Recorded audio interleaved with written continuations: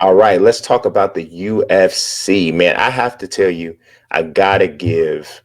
I know a lot of people, they really come down on Dana White because he's such a shrewd businessman. If you look up the term shrewd businessman in the dictionary, Dana White should literally be standing there like this, right? And I'm sure he would take that label very proudly. Sure. But you gotta admire somebody who, in some ways, right? This dude just like you're not gonna tell this dude no. You're not. He's just not gonna stop. And Dana White is. I mean, I'm sorry. Vince McMahon is just like him. So the UFC may be returning on May 9th. They've already announced the card. The location is to be announced again or to be determined. But there's indications out there that it'll be done at the UFC Apex Center in Vegas.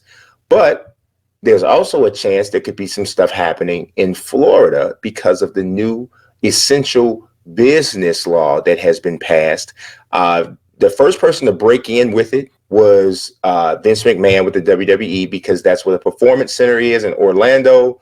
So there's been some things there. And I know you have some actual firsthand information because you are a Florida resident doing things down there as far as on the boxing side. So I know you know some stuff about this. I can't wait to hear your side on this.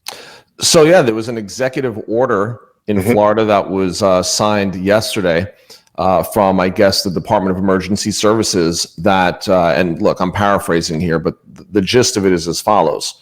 They're going to deem that the combat sports and professional athletes participating in combat sports would be considered essential, and therefore they would be able to participate in events from a production standpoint, a support standpoint, and a talent standpoint, as long as it was done in a non-public environment.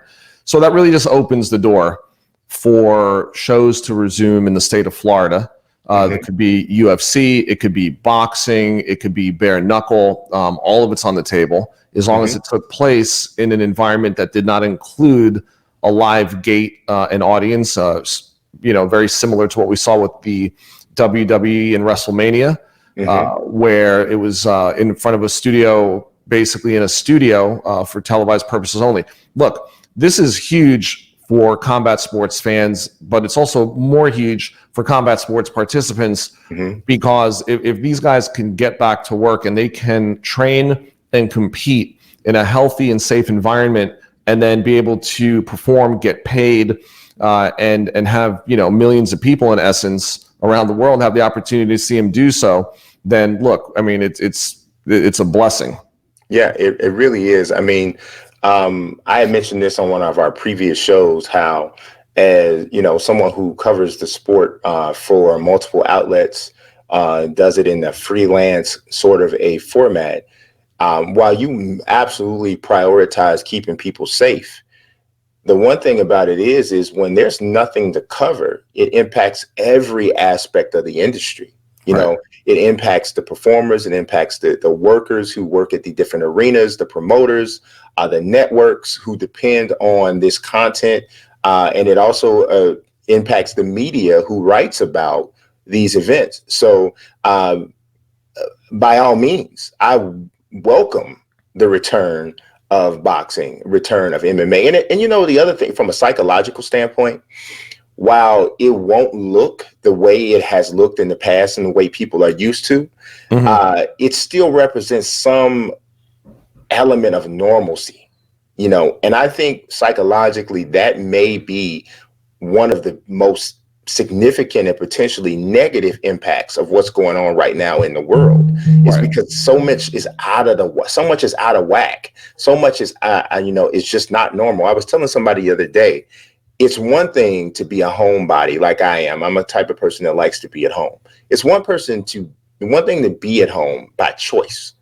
It's another thing to feel like every time you walk out of the house, you're doing something you may or may not, may or may not should be doing. So just anything that represents normalcy, I think, is welcomed as long as it can be done safely. Right. But let's also be real here. It's been 6 weeks. Actually, it's been a month. It's been a month since Top Rank came forward and canceled the Shakur Stevenson card and the Michael Conlan card. Right. It's been a month. First, it was going to be a 2-week quarantine. Then it got extended. Right. I understand it's dangerous out there. Believe me, I don't take it lightly. I don't want to be in danger. I don't want anyone else to be in danger. But let's also understand that, May 9th is over 3 weeks away. Okay, if in fact that takes place. And any boxing matches at this point with fighters that haven't been able to train realistically would be taking place maybe in, the earliest, the end of June, probably mid-July. Best case scenario. Right. So we're still looking at this isn't too soon. I mean, people have still been out of business for 3+ months. So, there is a point where we do need to resume in a safe environment and just, find ways to mitigate risk and keep everyone healthy. But the show must go on. Right, absolutely. The show absolutely has to go on, and because it's so much. There's so many different people's livelihood that is attached to this, and that's the reason why at some point, in some ways people look at it and say, "Oh, it's boxing or it's MMA. Nobody has to do that." Well, boxing and MMA may not be an essential thing in terms of life and death and just in the overall scheme of things. Right. But if there are people whose jobs and whose ability to pay their rent and their mortgage and keep their lights on and so on and so forth are connected to this sport, then them losing their job or being placed on some version of furlough is just as impacting to them as the person who works at a grocery store, or not a grocery store, at a department store that's been deemed non-essential. And those people are laid off and experiencing some financial trouble. So I don't want to diminutize, combat sports just simply because it's entertainment, because those people have to eat too, just like everyone else. So I think that part of it really has to be remembered throughout, this entire thing. So it's going to be interesting. And like I said, I'm hoping that this can go over safely. Do you know what if any of the security measures are going to be in place? Like, will everyone need to be tested? How's that going to work? So, I don't have any type of formal, written thing to go off of, but I did speak with the executive director of the Florida Commission, and, they're going to adhere to the 50-person, I guess, maximum, in one place, I guess, congregating, and that would include participants, production, commission officials.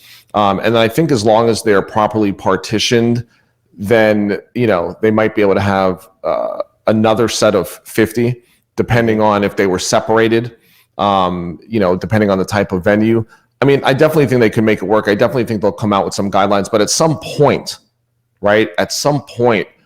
and to Dana White's credit, he's a businessman. His job is to stay in business, even while dealing with a pandemic, even in such a, in a time of uncertainty, in a time where people don't know really what the future holds and how it's going to affect everybody moving forward.